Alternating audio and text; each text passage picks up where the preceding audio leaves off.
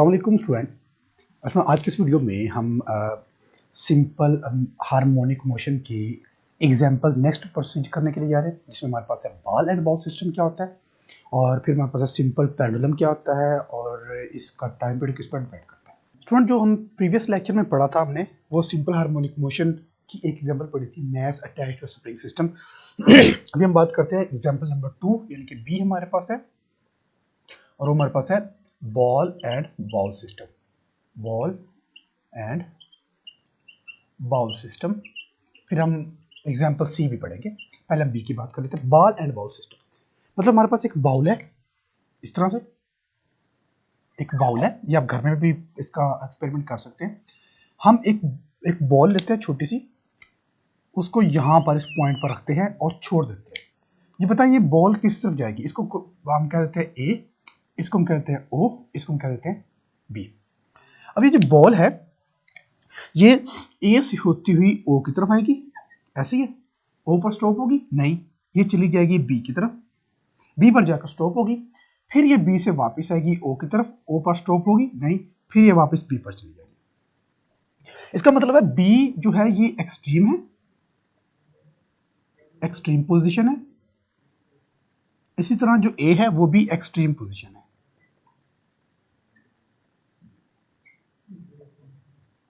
और जो ओ है वो मीन पोजीशन है। ठीक हो गया? अब जो बी है वहां पर जो वेलोसिटी होगी वो होगी 0, और इस तरह ए पर जो वेलोसिटी होगी वो होगी 0, और मीन पोजीशन में जो वेलोसिटी होगी वो होगी मैक्सिमम। कितनी होगी वो हमें नहीं पता, लेकिन मैक्सिमम होगी। इस तरह जो काइनेटिक एनर्जी होगी वो यहां पर मिनिमम होगी, और पोटेंशियल एनर्जी होगी वो यहां पर मैक्सिमम होगी। ठीक है? इसी तरह इसमें भी काइनेटिक एनर्जी हमारी मिनिमम होगी, पोटेंशियल एनर्जी हमारी मैक्सिमम होगी, और यहां पर काइनेटिक एनर्जी हमारी मैक्सिमम होगी और पोटेंशियल एनर्जी हमारी यहां पर मिनिमम होगी। ठीक है?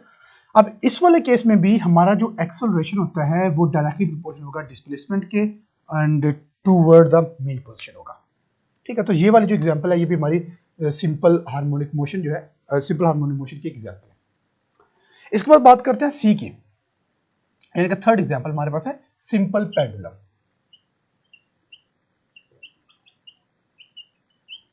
सिंपल पेंडुलम क्या होता है? तो जो सिंपल पेंडुलम है ये भी एक स्पेशल टाइप की एग्जांपल होती है जो कि सिंपल हार्मोनिक मोशन की एग्जांपल है। सिंपल पेंडुलम आप सबने देखा होगा, क्लॉक के नीचे होता है। इसमें अगर आप देखें तो ये कुछ इस तरह से होता है, और ये हैंगिंग पोजीशन में होता है इस तरह। एक हैवी मेटल, एक बॉल, इसको बोलते हैं बोब। ठीक है? ये हैवी मेटल का होता है, और इसके वेट की डायरेक्शन क्या होगी जी? डाउनवर्ड होगी। अच्छा, इस पर हम फोर्स अप्लाई करते हैं तो इसको हम खींच कर ले आते हैं जी इस पोजीशन पर। चलो जी, मैं कहता हूँ ये पोजीशन हमारे पास है ए, यहाँ पर इसकी पोजीशन है ओ। जब इसको हम छोड़ेंगे तो ओ से होता हुआ वापस फिर इस तरफ आएगा, और ये हमारे पास पोजीशन है जी बी। ठीक हो गया? चलिए, ये हमारे पास बनेगा कि एंगल थीटा, यानी कि ये थीटा एंगल उतना ही होगा जितनी हम फोर्स लगाकर इस ओ से ए तक लेकर जाएंगे, किसी भी साइड पर, चाहे ओ पर लेकर जाएं चाहे बी पर लेकर जाएं, लेकिन जो हमारे पास दोनों का डिस्टेंस एक जितना ही होगा। अब जो थीटा है ये वो एंगल है जो बनेगा जितनी हम फोर्स अप्लाई करके इसको डिस्प्लेस करवाएंगे ओ से ए तक। अगर हम ज्यादा फोर्स लगाते हैं तो ज्यादा डिस्प्लेस होगा, तो जो एंगल होगा वो भी ज्यादा बनता रहेगा। अच्छा, अब ये वापस भी आएगा इस तरह से। ठीक है? हम कंसीडर कर लेते हैं ये एक्चुअली में स्ट्रेट लाइन है, हल्की सी कर्व है, हम सपोज करते हैं कि ये बिल्कुल स्ट्रेट लाइन है। अब इसका एक कंपोनेंट होगा इस तरह डायरेक्शन में, और इसके वेट की डायरेक्शन क्या होगी? इसके वेट की डायरेक्शन होगी डाउनवर्ड वेट। ठीक है? अच्छा, अगर हम यहाँ पर ट्राइंगल बनाते हैं, चले मैं यहाँ पर एक ट्राइंगल बना लेता हूँ। ये मेरे पास एक ट्राइंगल है, ये मेरे पास थीटा है, ये मेरे पास 90 होता है। वैसे भी थीटा के सामने वाली साइड कौन सी होती है? ये कौन सी साइड है? ये वाली, ये है परपेंडिकुलर। तो थीटा के सामने वाली साइड होगी वो परपेंडिकुलर होगी। इस वाले केस में देखें, थीटा के ऑपोजिट साइड कौन सी है? This one. यानी कि ओ ए जो साइड है ये होगी परपेंडिकुलर। ठीक है, तो परपेंडिकुलर, अब अगर इसमें बात करें हम परपेंडिकुलर कौन सा होता है, परपेंडिकुलर होगा हमारा साइन थीटा। ठीक है, हम 9th में पढ़ चुके हैं, परपेंडिकुलर तो वो साइन थीटा होता है, जो बेस होता है वो कॉस थीटा होता है। अब वेट है, वेट इज अ फोर्स, हमें पता है कि वेट जो होती है वो हमारे पास एक फोर्स ही होता है। ठीक है, अब फोर्स के कितने कंपोनेंट होते हैं, दो होते हैं, एक होता है एफ एक्स कॉस थीटा और एक होता है एफ वाई साइन थीटा। बिल्कुल ठीक है, अगर फोर्स के दो कंपोनेंट है तो वेट के कितने कंपोनेंट होंगे, डेफिनेटली फोर्स जो है वो वेट ही है, फोर्स जो है वो वेट का दूसरा नाम है, तो वेट के भी दो कंपोनेंट होंगे। कौन कौन से होंगे जी, डब्ल्यू कॉस थीटा और ये एक्स में है, और डब्ल्यू वाई साइन थीटा। ठीक है, इसको हम डब्ल्यू का फॉर्मूला क्या होता है जी, एम जी, तो इसको लिख सकते हैं एम जी कॉस थीटा और इसको हम लिख सकते हैं एम जी साइन थीटा। ठीक हो गया। अब इसका मतलब ये है कि जो परपेंडिकुलर कौन सा होगा, परपेंडिकुलर होगा ये वाला एम जी साइन थीटा, तो इसको हम यूज कर सकते हैं कि एम जी साइन थीटा, और जो ये वाला होगा कंपोनेंट ये होगा M G cos of theta यानी कि वेट्स का डाउनवर्ड है और जो टेंशन है स्ट्रिंग के अंदर वो अपवर्ड है।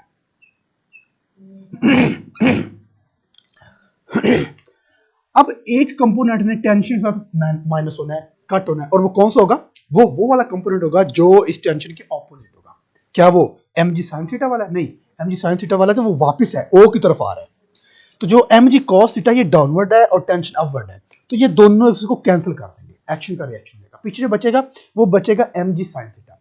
अब इसका मतलब ये है कि हमने इससे पहले केस में देखा था ना, मैस स्प्रिंग अटैच सिस्टम में हमने जो फोर्स अप्लाई किया है, खींचा है, वो फोर्स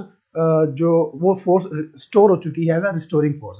तो इसके अंदर जो रिस्पॉन्सिबल है फैक्टर इस सिंपल पेंडुलम को मेन पोजीशन पर लाने के लिए वो है एम जी साइन थीटा, ये याद रखना आपने। सिंपल पेंडुलम वाले केस में बॉब को वापस मीन पोजीशन में लाने वाला जो कंपोनेंट होता है वो होता है एम जी साइन थीटा या फिर परपेंडिकुलर कंपोनेंट, ये आपने याद रखना है। ठीक है, ये आपसे एमसीक्यूज में पूछा जाएगा। अब इसका जो हमारे पास टाइम पीरियड का फॉर्मूला होता है वो होता है T is equal to 2 pi L by G. L क्या है, L is the length, length इस थ्रेड की length, G is a gravitational acceleration. अब जो सिंपल पेंडुलम का टाइम पीरियड का फार्मूला होता है वो डिपेंड करता है लेंथ पर, थ्रेड की लेंथ पर। हम मैस कोई भी यूज करें, 1 kg वाला मैस यूज कर लें, 10 kg वाला यूज कर लें, 1000 kg वाला यूज करें, टाइम पीरियड पर कोई इफेक्ट नहीं होगा। टाइम पीरियड तब चेंज होगा जब हम इस थ्रेड की लेंथ को चेंज करेंगे, क्योंकि इसमें मैस वाला ऑप्शन नहीं है, इसमें लेंथ वाला ऑप्शन आ रहा है, एल आ रहा है, एल इज द लेंथ। तो टाइम पीरियड सिंपल पेंडुलम का जो होता है वो डिपेंड करता है लेंथ पर, स्ट्रिंग की लेंथ पर, बॉब के मैस पर डिपेंड नहीं करता। अब क्वेश्चन यूं पूछा जाएगा, what will happen with the time period of simple pendulum if we increase the mass of the bob। तो हमने कहना है there is no effect by changing the mass of bob because the time period depend upon the length of the string not on the mass of the bob, right? इस चीज अपन याद रखेंगे। अच्छा, एक और मैं आपको कंपेयर करके दे दूं, एक हमारे पास जो मैस स्प्रिंग अटैच सिस्टम ना उसका है हमारे पास 2 पाई एम बाई के, जो कि हमने पीछे भी प्रीवियस लेक्चर में पढ़ा है, वो मैस पर डिपेंड करता है, ये लेंथ पर डिपेंड करता है, ये आपने याद रखना है, दोनों में डिफरेंस। क्लियर हो गया? चले इसके बाद हम बात करते हैं डेफिनेशन की। अगर हम बात करें ना डेफिनेशन की सिंपल हार्मोनिक मोशन की, तो सिंपल हार्मोनिक मोशन की डेफिनेशन हमारे पास कुछ आती है, the motion occur, simple harmonic motion occur होती है when a net force perpendicular, जब नेट फोर्स परपेंडिकुलर होती है टू द डिस्प्लेसमेंट। ठीक है, जब नेट फोर्स अप्लाई होती है और वो perpendicular, sorry directly proportional, not perpendicular, directly proportional,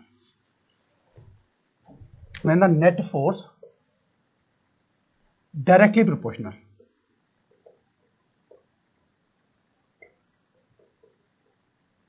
to the displacement and directed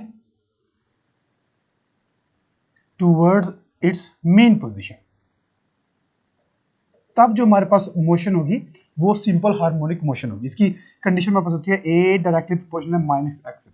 अगर किसी ऑब्जेक्ट की मोशन के अंदर ये वाला फैक्टर आ रहा होता है तो हम कहेंगे वो वाली मोशन जो है वो सिंपल हार्मोनिक मोशन है। अगर ये फैक्टर नहीं आता तो उसकी मोशन सिंपल हार्मोनिक मोशन नहीं है।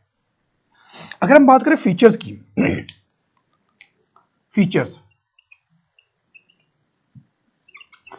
Of simple harmonic motion, simple harmonic motion के फीचर्स की बात करें तो याद रखना है, पहला इसका पॉइंट, इसके कुछ 3-4 पॉइंट है।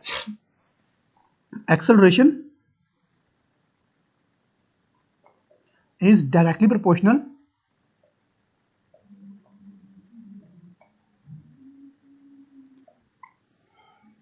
to the displacement।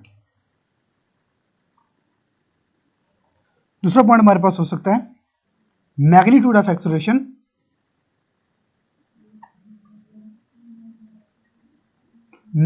Acceleration is toward the main position. ठीक हो गया। एक तो वो डिस्प्लेसमेंट के डायरेक्टली प्रोपोर्शनल होगा, फिर वो मेन पोजीशन के भी उसकी डायरेक्शन मेन पोजीशन की तरफ होती है।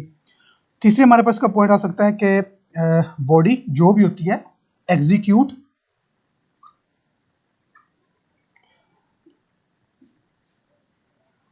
बॉडी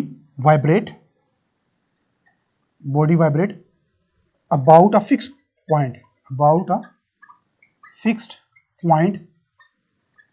called, जिसको हम कहते हैं मेन पोजीशन। ठीक हो गया। फोर्थ पॉइंट हमारे पास हो सकता है जी कि जो वेलोसिटी होती है इज मैक्सिमम, जो कि हमने पढ़ा है maximum at mean position. Mean position पर जो वेलोसिटी होती है वो मैक्सिमम होती है एंड मिनिमम होगी फिर वो मिनिमम एट एक्सट्रीम पोजीशन। ठीक हो गया। तो ये हमारे पास इसके कुछ फीचर्स आते हैं, ये आपने फीचर अच्छे से याद रखने हैं। ये आपसे शॉर्ट क्वेश्चन में पूछी जाती है, इसकी डेफिनेशन शॉर्ट क्वेश्चन में पूछी जाती है, और ये कंडीशन आपने याद रखनी है। क्लियर। सो ये था हमारा आज का टॉपिक जिसमें हमने पढ़ा है बॉल एंड बॉल सिस्टम क्या होता है, उसकी मोशन भी सिंपल हार्मोनिक मोशन होती है। फिर हमने साथ डिस्कस किया सिंपल पेंडुलम क्या होता है विद डायग्राम, कौन सा फैक्टर होगा, कौन सा उसका फैक्टर होगा जो बॉब को वापस मीन पोजीशन में लाने के लिए रिस्पॉन्सिबल होगा, वो हमने कहा mg sin theta perpendicular component होगा।